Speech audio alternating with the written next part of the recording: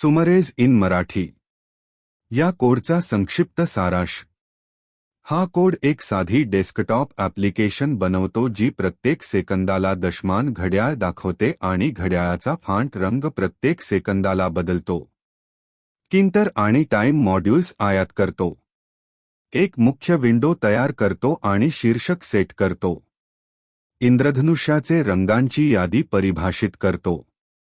अपडेट_टाइम function चालू वेळ मिळवते आणि क्लॉक_ लेबलचे टेक्स्ट आणि रंग अपडेट करते।